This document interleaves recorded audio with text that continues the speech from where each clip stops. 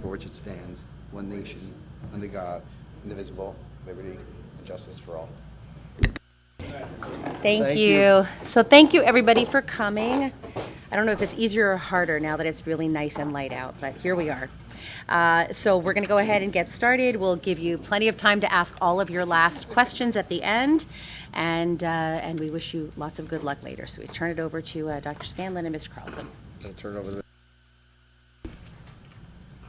There were a number of questions that were emailed, so send out all the responses. If you didn't see, this afternoon was the last of the questions that I had, at least. Emailed the responses out. There were a couple of attachments. The staffing chart that was emailed today, that's current staffing for all of our teaching. I think there's all the different for salary purposes, teachers, which includes psychologists and guidance counselors and social workers, not just classroom teachers. It also had the what we call the TOSAs, T-O-S-A, teacher on special assignment. They were included in that. But again, that's current staffing where we are right now. What we'll go over tonight is what we're looking at changing for next year, of course, based on what we need to do to comply with the tax cap. I attached the purchasing policy because there were a couple of questions about like bidding thresholds and that kind of stuff, so I attached that. So if there are any other questions that we haven't answered yet, of course, please let me know. I think we got everything except for the ones that we said we'll be going over tonight. All right. All right, now I get to do my part. Oh, you want me to pass those out?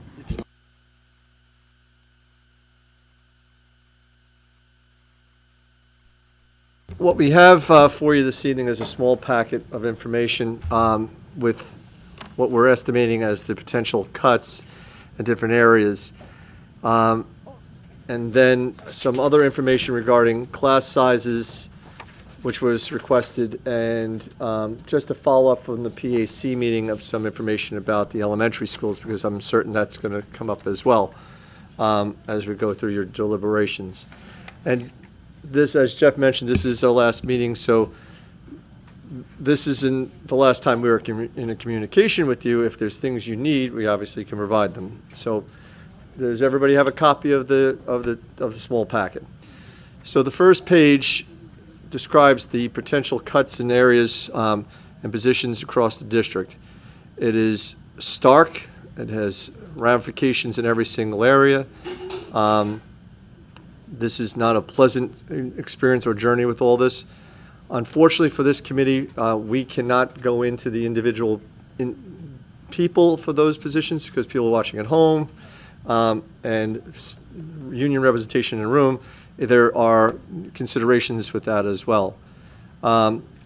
I'm certain at some point this evening that the membership from the unions may have to depart, so the remainder of the committee can deliberate a little bit on some of those things. Tomorrow night, the board, in the executive session that it's having in its special meeting, will actually know the individual positions that will be involved and what the ramifications might be there for programs and supports in areas that we see in the district, things that we have used for decades to support our instructional model in many different ways in different areas. Just taking you through it, so we have the administration lined up, the teachers, teacher assistants, SCAs, clericals, maintenance and operation. The security FTEs are already in the proposal by Mr. Carlson. Teaching leads, summer math and reading AIS. If you're not familiar with that, we run a summer math and reading AIS program that comes out of the Educational Services Office. Transportation was already included in the proposal. However, if some more changes occur, we might be able to increase that as well. Security code also included. Nurse overtime. Administration positions needed to add for overall if we were making some changes, and some teaching positions also to add. We did our another staffing meeting yesterday with all of our building principals and department heads and went through line by line, course by course, grade level by grade level, in the entire district, as well as all the special areas. So that denotes where we are at right now, what we need to increase. So the total is around $6.5 million with a $970,000 increase on the other side. The delta or the difference is $5.6 million. The budget shortfall, as we indicated, $7,560. Need to reduce almost $2 million. We threw this on here so you had the number. We're not suggesting about taking out the start time, but if the start time, just so you have the number, what it is, the full amount is $1,014,000. If that were to come out, the further reductions needed would be around $957,000. Yes. Oh, you didn't get one. I'm sorry. So, sorry, you're sitting all the way over there. Yeah. Sit over with the fun crew. They have beer.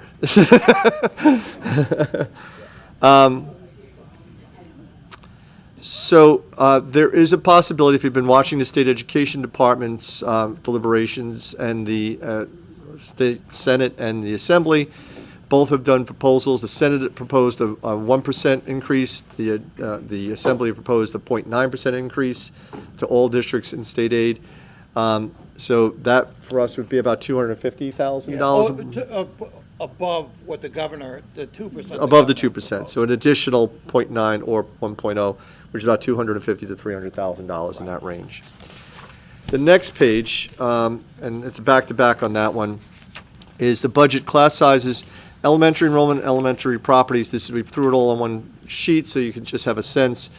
So with these cuts, this is what elementary grade levels will look like. We've committed to a half-day pre-K program next year, which is capped at 18 students in each class. If we go over that number, we'd have to increase by an SCA in each classroom, which would increase our costs.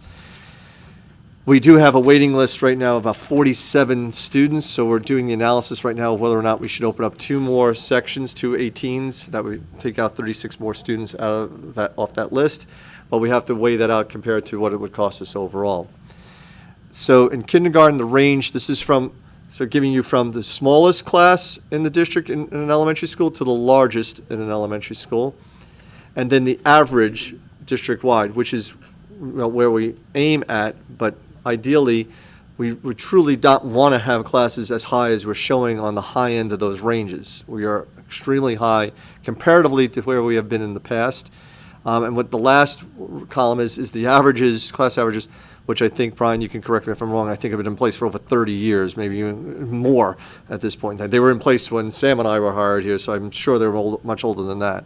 So, which, in all sincerity, really need to be revised, but that's another conversation for another day. For the secondary, the 6th grade averages are between 19 to 21, between Murphy and Jolinas. We don't have the average availability right now because students are still signing up for classes. So as that finalizes and the schedule finalizes, we'll have that available information as we move forward. That should hopefully end in the next couple of weeks.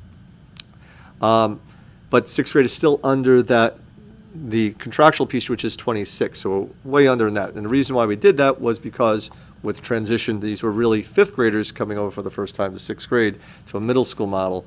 Big transition. We tried to keep the class sizes normal in that area. 7th and 9th grade we aimed at as well, trying to keep them low. We used an average of 25. And 8th, 10th, 11th, and 12th we aimed at 27. Now that's an average, so we might have classes much lower than that, and we might have classes much larger than that. If you're going to be looking intently at class size reports, even when this is done now, there will be courses that are much lower than that because remember, we offer sequences in certain areas like languages. You go up to level 5s, AP levels. So those classes, as the years go on, drop down. So it would be possible to see a class in the mid-teens at an upper level of a sequence. We don't want to pull the rug out from any student, especially as they're applying for colleges and they're being considered for programs as they've been going through. We don't want to harm anyone in that environment. So yes, there will be small class sizes in some areas, but not to the extent that we have seen this year with the 105 sections at Warden Mobile High School. Another piece to that, as I mentioned before, we've also changed the process this year, which will be ending by June, end of May, beginning of June.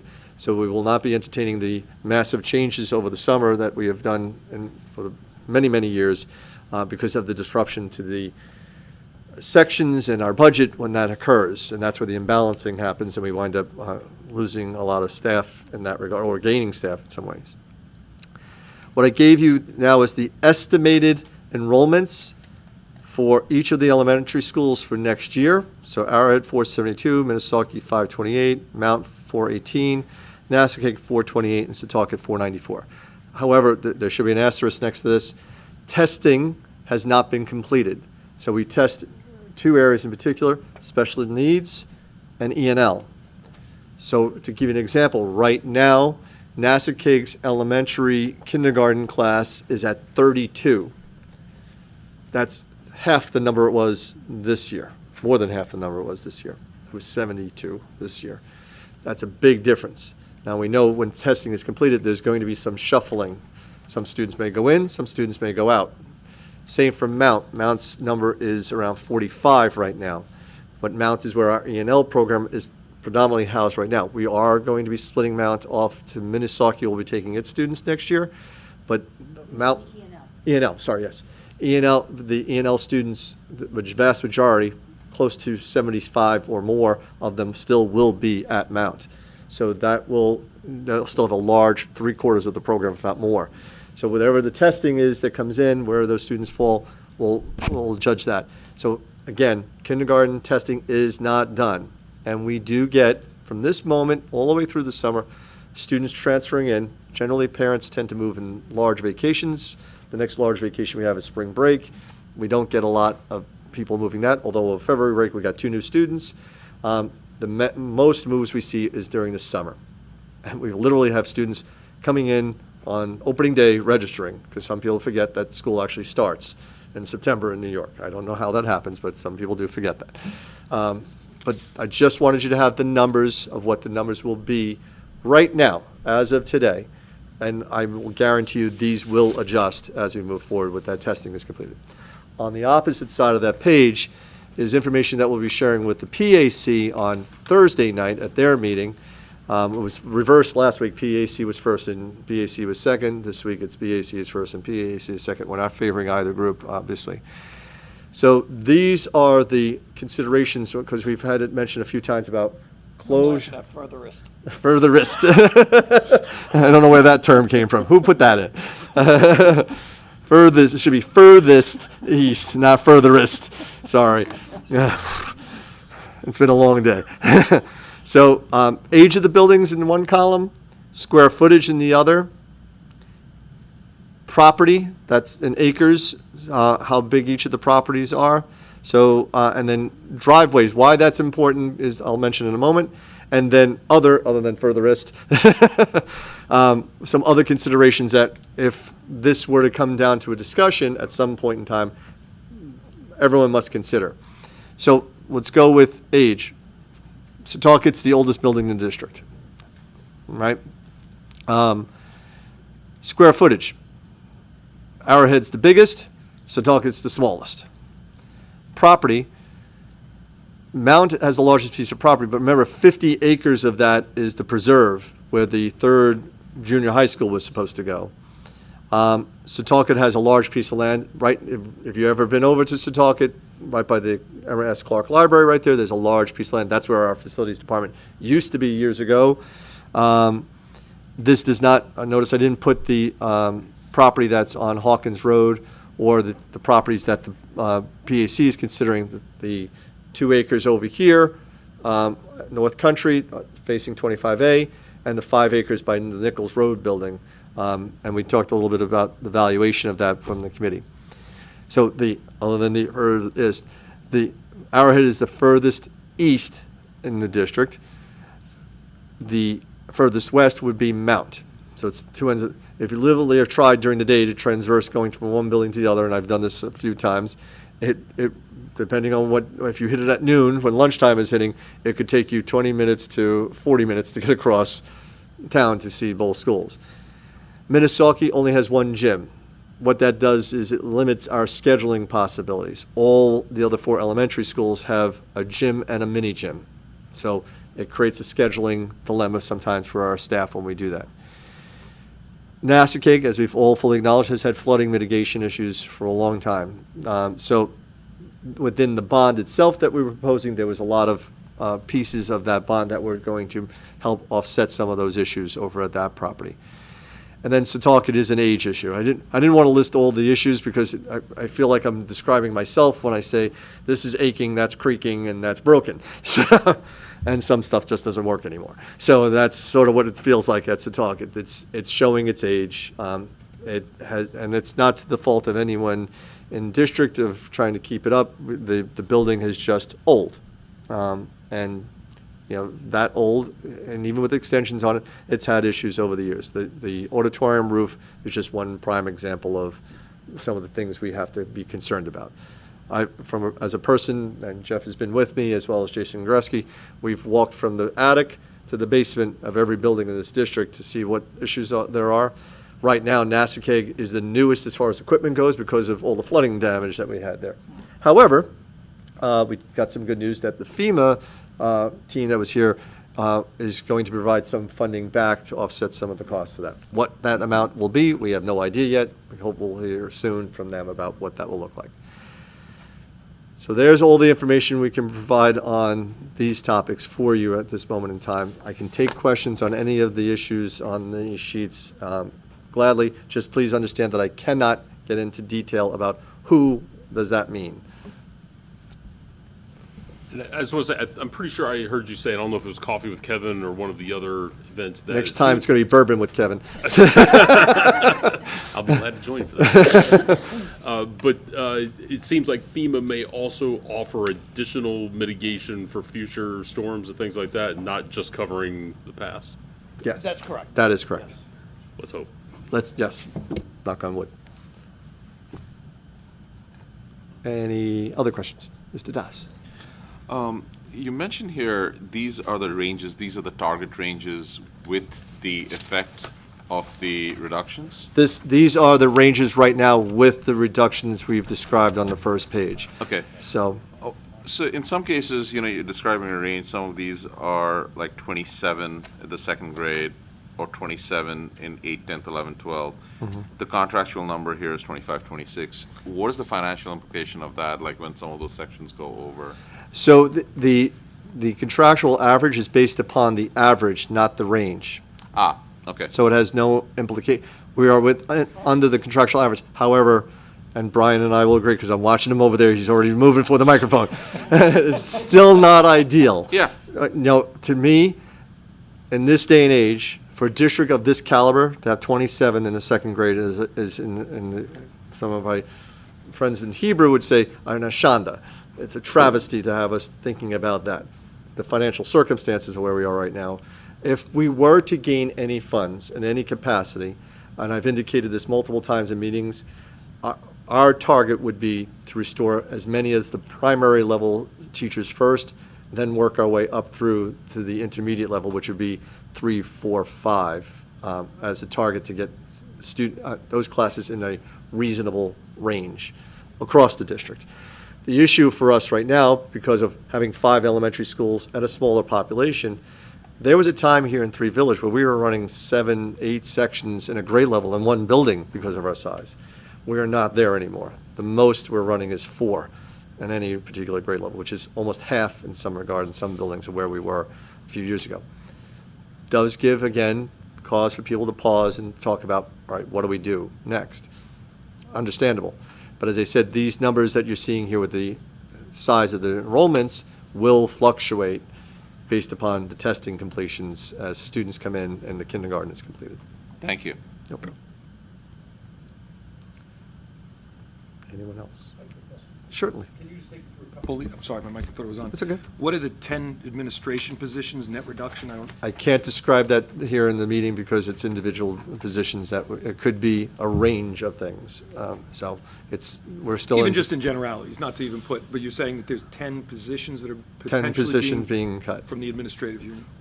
10, didn't say administrative unit, it said 10 administrative positions. So it could be from the administrative unit, it could be from other areas. We have some non-aligned administration as well. Okay. But 10, that's a big number. I hadn't heard that before. Yes, that's literally 20% of the entire unit, which is the highest reduction of any unit in the entire district, even though the numbers for the TVTA with TAs and teachers are high.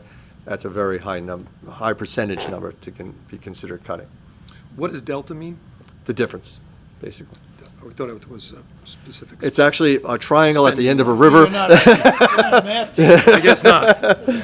So budget, so I'm sorry, because I don't follow, they're not all under reductions. So the total reductions that you're proposing, 6.5. Correct. Okay. But we have to add on another end, for instance, I can give you a sense of where those additions could be as we move forward. We have 660 students registered for business courses in the district. That's almost equivalent to what we were when we had 8 teachers in the department. We have to provide another opportunity for, otherwise we're going to have a ton of students in study halls. We had, after yesterday's meeting, E&L's numbers have gone up again. We need another 0.4 in E&L for next year. And this, just a reminder, we've added 3 E&L teachers in the past 3 years. So we need another 0.4 right now. And I'm going to go out on a limb, by August, that's probably going to be a 1.0. Just based upon our history so far with E&L populations coming in. There was this additional special education teacher added because of, again, increasing needs in the special education department.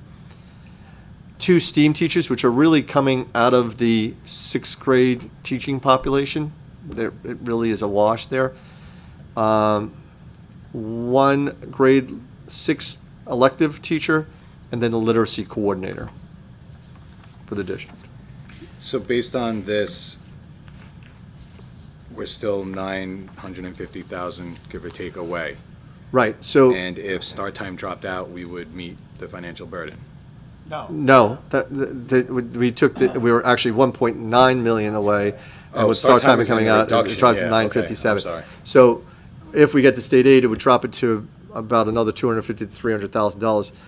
And the remaining $500,000 to $600,000 with cuts in codes throughout the district, we might be able to achieve reductions in overtime costs, reductions in some other areas. We could probably meet that. That's not that big a burden to overcome, $500,000 roughly. On in a the- 200, almost $40 million budget. Right, we can probably mitigate that very easily. And just where it says on that first sheet, security, $500,000 code reduction, if you were to look at the line item budget, you would see it's gone from 2.7 million to 2.3 million. I know that's not 500,000. So, and I'm not trying to use twisted logic, this is why I'm explaining it. So with the line item budget is everything we have in place right now. That 2.7 million would have to go to 2.8 million if everything stayed where it is. And the reduction to 2.3, that's where the 500,000 from what our initial line item was. So it's not that we didn't know how to do the math on that. Dr. Scanlon, you mentioned these additions, including some teachers, right? Is that what that $640,000 line is, or is that Yes. in addition to that? No, that's a $640,000 line. Thank you.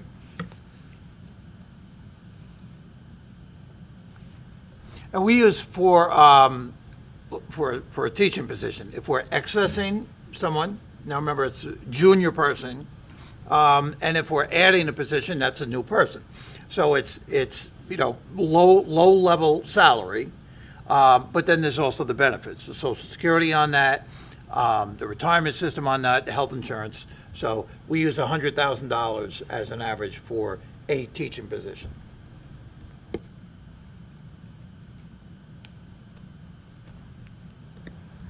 What are, and I know you can't be specific, but it said administration positions needed 2 FTEs. Yes, so right now, Mrs. Galini is retiring. She's Director of World Languages. We definitely have to hire for her position. She also oversees E&L at the same time. That's not a role that can be combined with something else at the present time. And then we have a principal retiring at the elementary level. But that's not going to occur until after December. So that's the mitigation there. Now, the replacements for some of these positions, whatever they might be, those might have to be added back. Whatever we replace them with has to be added back into the budget in some capacity too. So that could offset some of this. Can the $7 million in reserves be used towards the start time initiative? It can. What are the ramifications of doing that, Well, should we elect? so using reserves to pay for an operating expense, where does the money come from next year? So now we've built a hole in the budget for next year. So we're already behind, let's use $1 million. So now next year's budget, where does that million come from next year? That's the, well, it's not just paying back, just paying back, sure. But, so just like, you use your household expense, right? So let's say you take home, whatever, $10,000 a month is your take-home pay. And you go through all your expenses and say, oh, well, if I do get that new car, 2 new cars, now we're gonna have $11,000 in monthly expenses. Okay, well, how, and forget, getting another job is not an option. Let's say you already did that. So then you could say, oh, well, we'll just pull the money out of the savings account. Well, that's fine for this month. What about next month? Now, if you just keep doing that, eventually that money will run out. And same idea with pulling money out of reserves to pay for an operating expense. And in fact, to go back to with the Property Analysis Committee, when we had discussed selling property a couple of our meetings ago, and my recommendation would be, if we do sell anything, not to take that money and say, oh, well, let's use that to balance the budget, because then what do we do the following year? And when we had discussed that a couple of meetings ago, Mr. Nzara, you had said, put the money in reserves. I agree 100%, absolutely. That's where that kind of money should go. But that's the problem with balancing the budget by using more reserves. Now, if it's part of a plan, like, okay, well, we'll put that in now.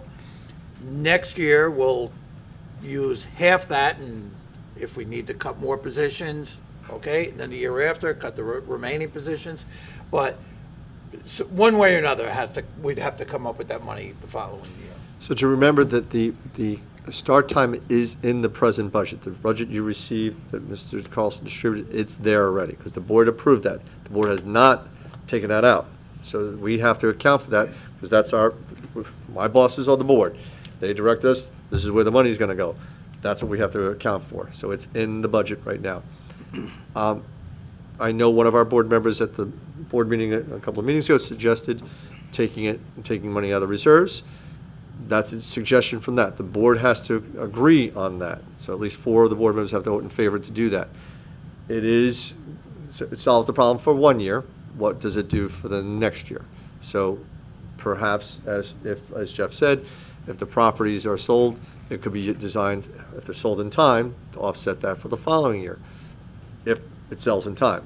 Now, there's a good chance that it would happen. It's a hot market right now, and these are prime pieces of real estate. They're not, in swamps, so we're in pretty decent shape with being able to do that. A couple of the real estate agents that we hear, Carmen, you can attest to this, said that they would quit the committee and go sell it for us, and so they can not have any conflict of interest. They were like salivating at one point.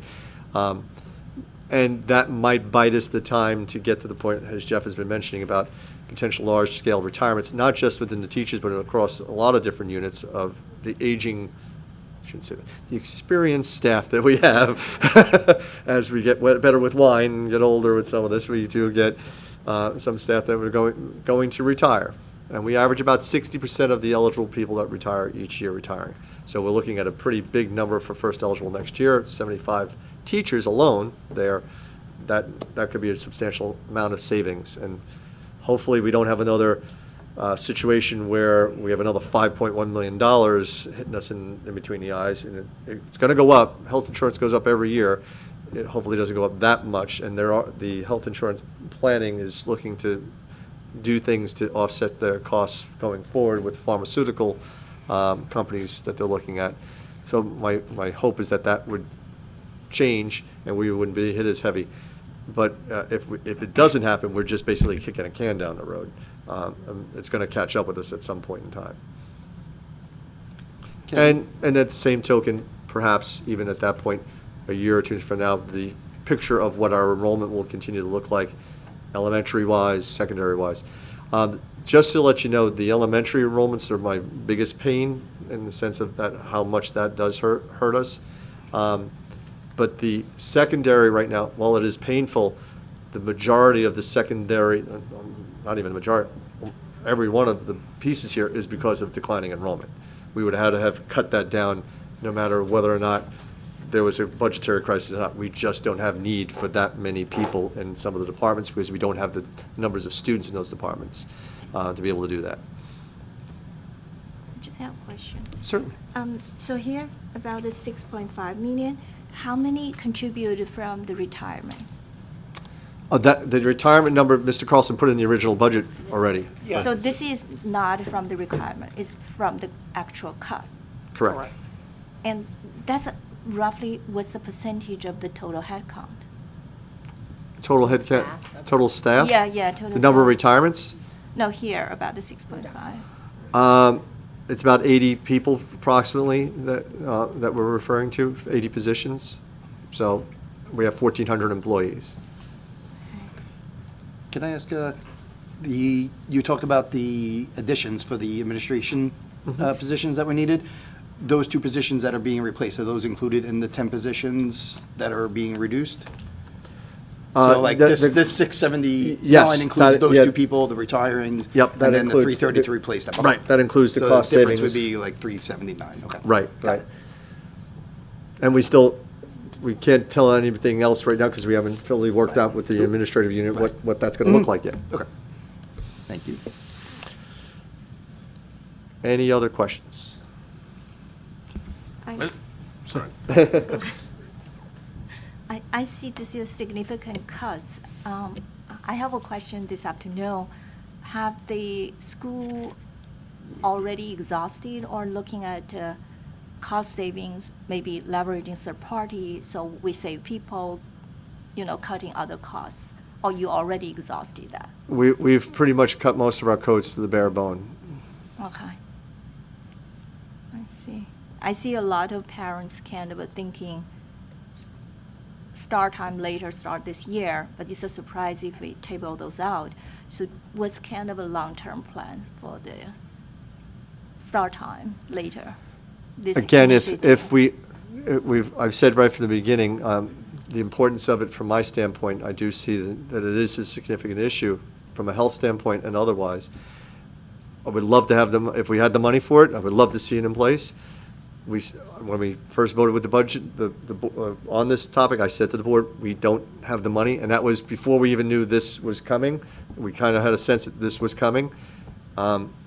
We simply don't have the money, from my opinion. I would rather pay for the replacements of the teachers in the classrooms to reduce those sizes down, because if we do the start time, we might make a group of people happy in the community, yes, and it does go along with, discussions about what we see as the importance. But when you look at the class size, particularly in the elementary, we're going to have a lot of unhappy parents coming to the board and to the administration saying, why is my kid sitting in a class of 27 when they were sitting in a class of 22 last year? And they would be right. So there's nothing really we can do about that unless we had the money to do that.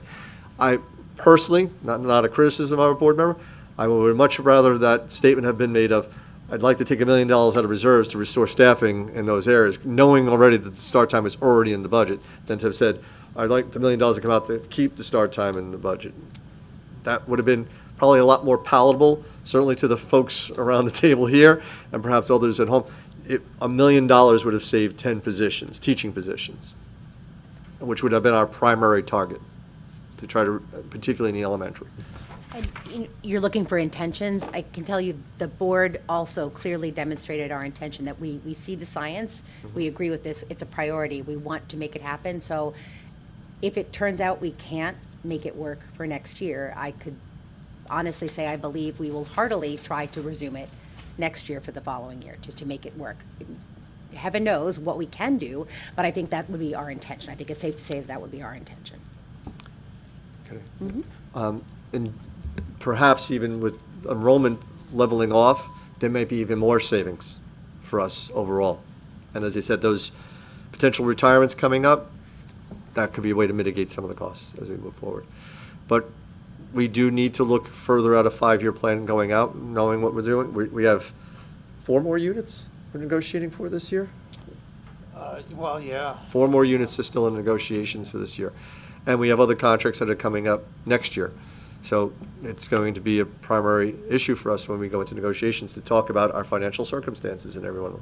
And no one is oblivious to that, and I can assure you, everyone is fully understanding about how we need to work together on resolving that. I have been truly honored to work with the union leadership in every one of the units in this district and how cooperative they've been, and they see the greater picture of where we're at. So I do truly appreciate that. Dr. Scanlon, you're mentioning, this idea of class sizes.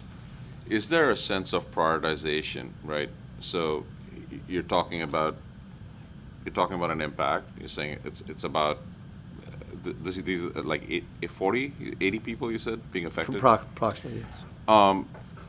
So these savings are durable, right? Because you're doing them. It's long term.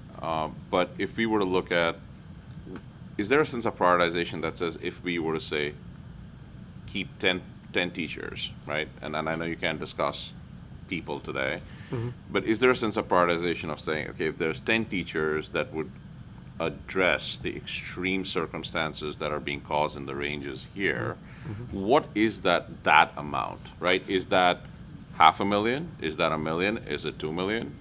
So out of the 17 elementary positions, 14 of them would be current classroom teaching positions that we would be looking at to try to restore in some capacity.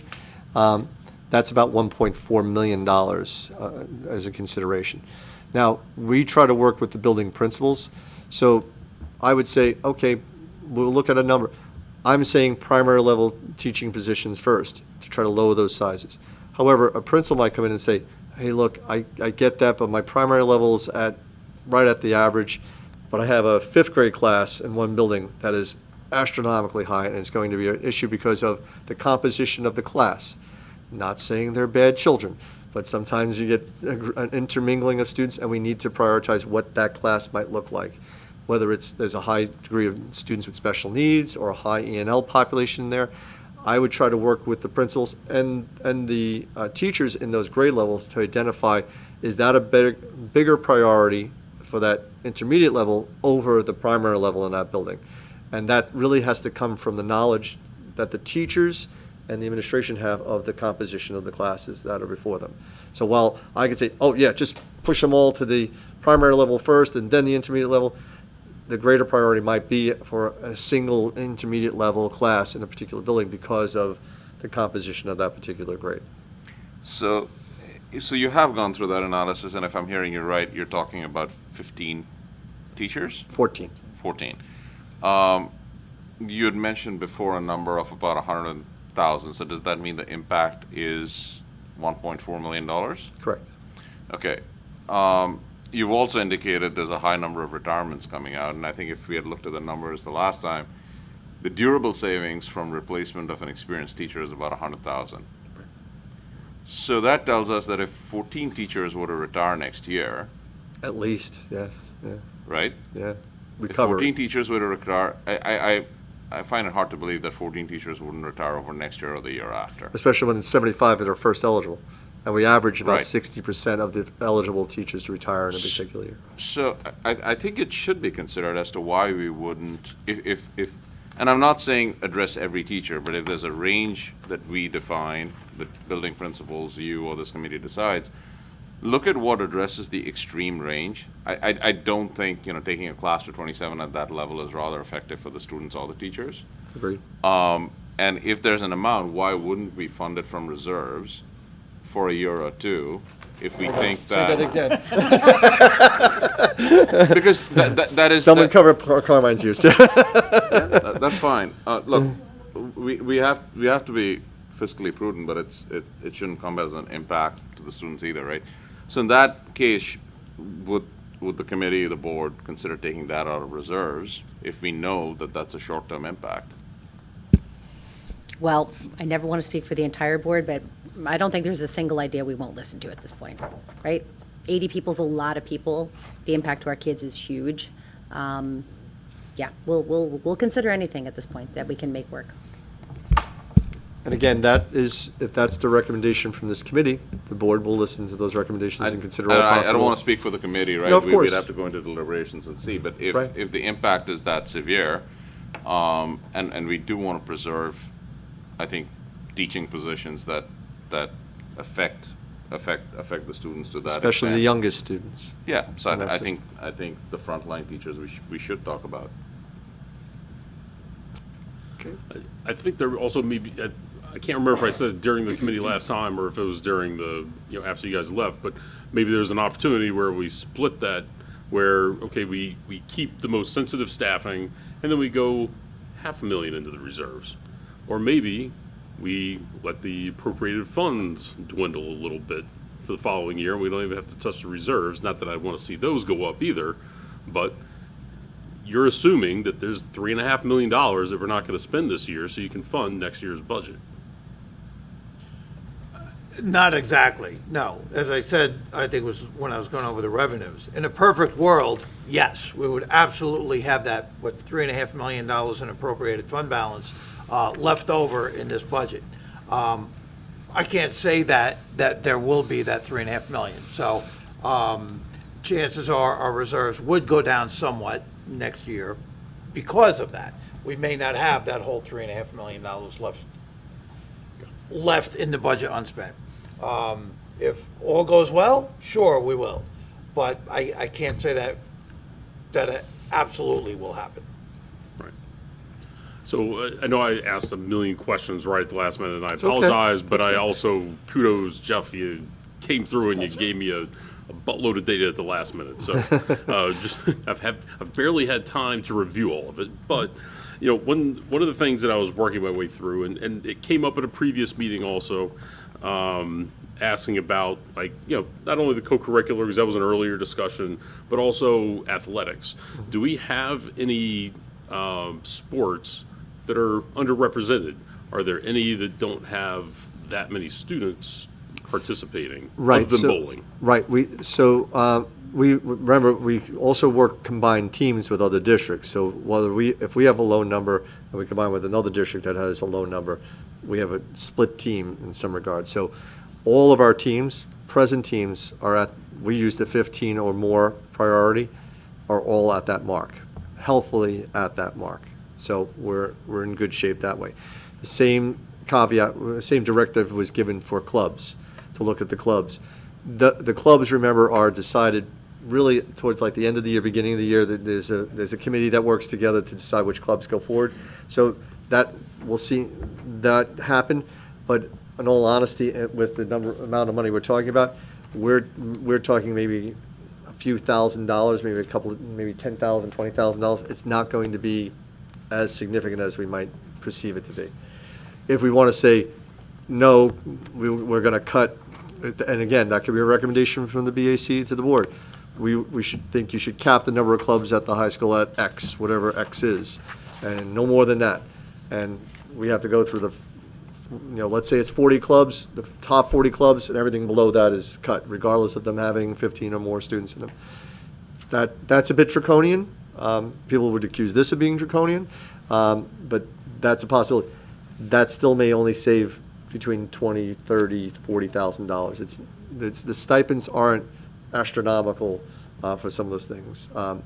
Particular sports that are like football and so basketball, where the coaches receive a larger stipend because of varsity sports versus JV sports, could be looked at. But if that's a consideration, there are some districts right now that are cutting middle-level sports, that are cutting elementary music, that are cutting elementary art.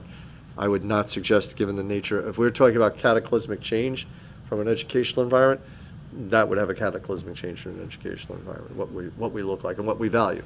Remember, when students go off to college and apply for schools, it's not just their GPA the schools are looking at. They're also looking at their involvement, both in school and out of school.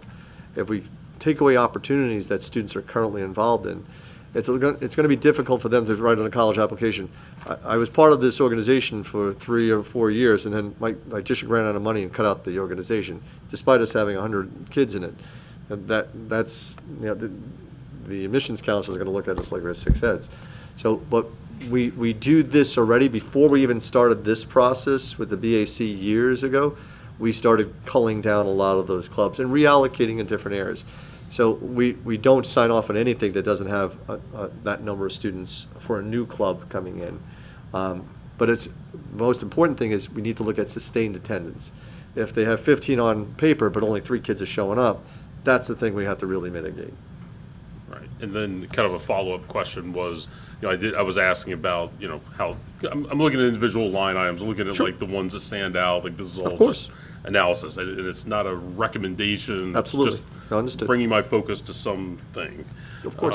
And I asked about the coaches, and he said we've got 36 that are full-time, all they do is coach. Is that a full, are those FTEs? No, Or no, no, is no, that- no, there are no full-time coaches. I think it was the other way around. I think there's 36 that are not, all they do for the school district is coach a sport. So they're from someplace else. Maybe teach, Okay, they're I a full-time teacher in misunderstood. Comswag, or but they not. coach track here, for example. Right. And then Gotcha. 50, I think it was 53 of our coaches are full-time employees of Three Village, like And are they're a paid through teacher. stipends. They teach, Right, and then okay. they get you're right. And all the coaching stipends are included in the TVTA contract. Correct. In the auxiliary schedules. Where in the budget is the meat and potatoes of the athletic program? Is that 2855? Yes, yeah, and most of the meat is the coaching salaries. Yeah, so the Yeah. whole budget is a $2.1 million budget. So if we axed every sport in Three Village, we'd save $2.1 million. So Right. what is axing 2 or 3 going to really save us in the long run?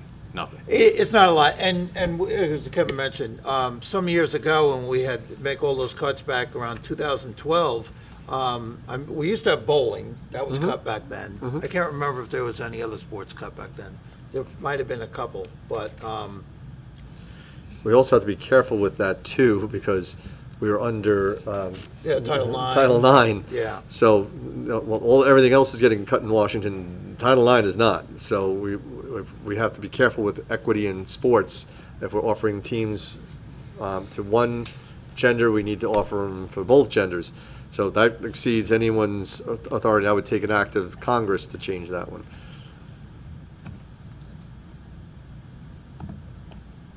Any other questions? And they're all good questions, by the way. I really do appreciate the thoughtfulness in all this. Yes, Ken? This year you have a big, gap for the budget and expense. Is that because the insurance a jump this year? So Yes. next year you will not have that? Sometimes you have a contract. We would like to a hope jump that one doesn't year. have it. Good. I'm Yeah. saying my rosary daily at this point. Yeah, I mean, so- it's an unusually high increase now. That does not mean, it'll be much lower next year. I have no idea. I hope it is, but if we had more of a average type of health insurance increase this coming up year, we'd be sitting we'd here. be done. But it's just very high increase because costs have gone up so much, especially on the pharmaceutical side. The Which is- medical as well, but the pharmaceutical side especially have skyrocketed. And like I said, there's a reason every other commercial you see on TV is for a pharmaceutical company, because they know people will see the commercial and say, I need that, and they will go to their doctor and say, I need a prescription for whatever, and the doctor will, sure, here you go. And After this budget season, I need everything they're advertising at this point. Any other questions? Oh, we're going to leave you? Oh, no, Never mind. Sorry. Carmine, you're like the kid in my class. Just ask the question with 1 minute left.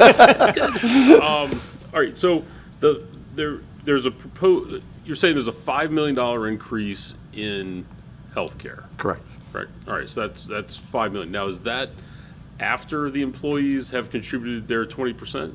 They're roughly 20%. I know it's 18 and Yes. and different that- amounts. It depends That's on the the unit. district's increase in cost to next year, that little over That, 5. so I didn't actually look, I should have looked at the line item. It increased, I guess, 6.2, 6.3. Yeah, something well, like that. so the line item, I can't remember, but I think I mentioned at one of our previous meetings, if you see the line item, it's increasing by $5,356,000. The reason, so when we said 5.1 million, right? Now, so that was that. Then, when we had all the retirements, so remember we said we factored in all the savings for the retirements. So when somebody retires, and I'll just take one person, so a teacher retires, all right. So I go to that person's salary line, reduce the salary line by how much they would have made next year, but increase it, well, I do the net of replacing that person with a new salary, right? So that, we have that savings. Whatever that savings is, the difference between the new salary and the retired person's salary, then I multiply that by 7.65% and lower the Social Security line by that, because Social Security is 7.65% of payroll. And then I go to the teacher's retirement system line, and I multiply the difference in savings by the 9.59% that we pay into the retirement system for next year. But then on the health insurance side, I add to it, because now we are still covering the retiree health insurance as a retiree, and now we're adding a new person on, so that not every new employee that we hire, especially teachers, especially when we hire, a teacher who's 22, 23, 24 years old, a lot of them are still covered under their parents' insurance plan, so they don't take our insurance, since they have to pay towards it, and it's not cheap. So they don't all take insurance. But budgeting-wise, I assume that they will take insurance, so I have to add to the health insurance. We have to budget for it regardless. Yeah, so They notify so us. it actually adds to the health insurance line. It's a net savings overall, but I add to that, so. Does it come down from people who have come off, whether, because... When they die. Well, because of Medicare. Yeah, and, but yeah, when they Death is die. a little more dramatic than I was going. I see where you're going. Well, that's a big time When savings, Medicare yeah, becomes yeah. primary. When Yeah. Medicare Oh, becomes okay, no, I see where you're going. Yeah. So, yeah. So Are you I went to a dark place. Are you for it. suggesting another pharmaceutical company? there's Dr. Kevorkian, yeah. Ding dong, Brian Bickford's out the door. He's got a way to balance the budget. No, I get your question. So our retirees, when they go on Medicare, right, we pay a reduced amount for their insurance, because their Medicare becomes their primary coverage, so we pay a reduced amount. So, yeah, good question, Brian. Now, remember also, we have retirees that retired a long time ago that don't pay anything towards health insurance, because that only started in the late 1990s, where, not just here, school districts everywhere. Before that, health insurance, it just wasn't that big a deal. It didn't cost that much medical, you could go to an office visit and it'd be $4 for an office visit without insurance. I don't even mean copay. So a lot of our retirees, especially once they start on Medicare and Medicare becomes primary, we pay a reduced amount for their insurance. Yeah, so that's a savings. And when they die, then that's the real savings kicks in. While listening to this, I think we have straight positive. And this year we have a big shortfall because of the insurance, health insurance. We don't know next year, but it's unusual, it's the same increase. And the other thing is there may be more retirement expected. The other thing, we look at the property for sale with a good location. We might have some, income. Exactly. It seems these are the positive signs. I agree with you, Kevin. If each year we have such a gap, it doesn't make sense we cut people, not cutting the buses. But with these positive signs, could we not cutting people, but we take from the reserve? It's just $1 million. If it's 2 million, 3 million, that make a big difference. That's what I'm from. And well, you deliberate that, and if that's the recommendation to the board. Sure. And, like, I don't want to take money out of reserves. But that's easy for me to say. But here, that's not really what I mean. Like in a case like this, if that's what happens, all right, because this committee discussed it at length, the board will have discussed it at length. So a year from now, whether I'm here or not next year, nobody was saying, well, what the hell did you do that for? It was, we were all part of the decision. Right. So, And you're right, Betty, that there is a bigger piece to this, that those potential sales of those properties, whatever we gain from that, could restore whatever is pulled out of reserve, and then some. You know, it depends on what they're sold for. As I said it jokingly at the PAC meeting, if I knew that we would get a lot for it, I'll go outside to the wood shop, get the sign painted myself, and slap it up on a tree out there right now to get it done. Just to see, we know it takes longer than that. There's a lot of legal pieces that we have to divide off the land, there's a legal process for that, and then we have to make sure the covenants are appropriate. Jason Grefsky spent the entire day out at Riverhead and Brookhaven trying to pull up, our deeds on properties. So still can't find Setauket deed, by the way. We're still looking for it, so we have to go, they have to dig into the archives out there. So it's 1951, so it's a little tough to find that one. So we're hopeful. By the way, we're not planning on, so it doesn't go out there as a rumor, we're not planning on selling off Setauket. So just make sure that's clear. But we have it for all the other properties. So we're ready to go at least with that piece. And then Thursday night, I'm hopeful the group that was here last week will give us some really strong advice about what directions we can go. Okay, so just as an observation, and I know this is contractual and it's different for different units, so it's not even. Absolutely. This is not something that's solving our problem today, but just something to look at because I know you're negotiating all these different contracts. So, one of the questions I asked was, how many of the different people get individual versus family coverage, and there is a difference between them. So, the individual was $1,072 per month, and the family is sorry, $1,307 and $2,754 per month. Now, our 82%, because we're going to go with the one that uses 18%. That means it costs us $1,072 for the individual, but it costs us $2,258 for the family. So it's considerably more. And I know I've looked at other districts and contracts, and they do charge the employees more for the family coverage because they know that it costs us more. So just to show you what I'm not going to give you specific numbers, but just to contrast it against the number we have 179 employees that are using individual coverage.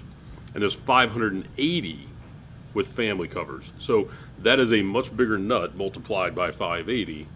And if we could find a way to squeeze that down a little bit, I say this is like just one of those things to look at when you're doing the negotiations. And then also we have 371 retirees on individual and 458 on family coverage. So like I said, it is a much larger amount. It's just one of those things that healthcare is out of control. Agreed. And even, in my business, I used to cover the employees. When it was $300 a month, I was like, no problem, I'll take care of it. And most of my guys are young guys too, and it really wasn't that big of a deal.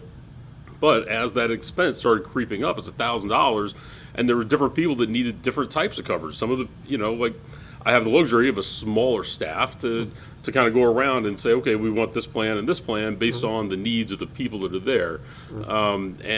And eventually I had to get to a point where I was like, I will contribute $300 towards your, health benefits. Here's a plan that you can get for $300. It's not great, but it won't cost you anything. And then we work our way from there. But it's just the reality of how things. Right, and everything you're discussing is all part of the negotiation process. Right, and this isn't to put a spotlight on anybody or to say that, there's no swindling or anything happened. It's a contract. But as you're negotiating, this is one of the things that is, it's blaring. So I would say that all of the contract negotiations that I've been privy to in the past 13 years here, the district has attempted to increase, even if it's only by 0.5% each year of the contract, the costs going forward. So, that some of the districts are way above 20% right now. But it's an individual, unit-by-unit contract negotiation, and as we go through that, the board negotiates directly with the union and goes back and forth, and that you get to a middle ground at some point in time. But it's always been part of negotiations. It's never been, it's off the table. Every contract, and not only in this district, every district I've worked in has had that as part of the negotiation process. So it's something we keep throwing it out. As it keeps going up exponentially, it's getting worse. It's not getting better. And you're exactly right. And it's not just us, it's everybody. It's businesses, municipalities, everyone's experiencing the same thing. Okay. We're going to leave now, right? Well, let me, go ahead. Sorry. Yeah, sorry. No, I think, I was just going to say, just a reminder, the goal is, if you have more questions, obviously follow up with us. But the goal is to come to some sort of consensus and recommendations, to put those in writing. That's going to come to the board in advance of the meeting, and the meeting that somebody will present them to us will be on the 26th. So thank you all. Wish you good luck. Have a good night.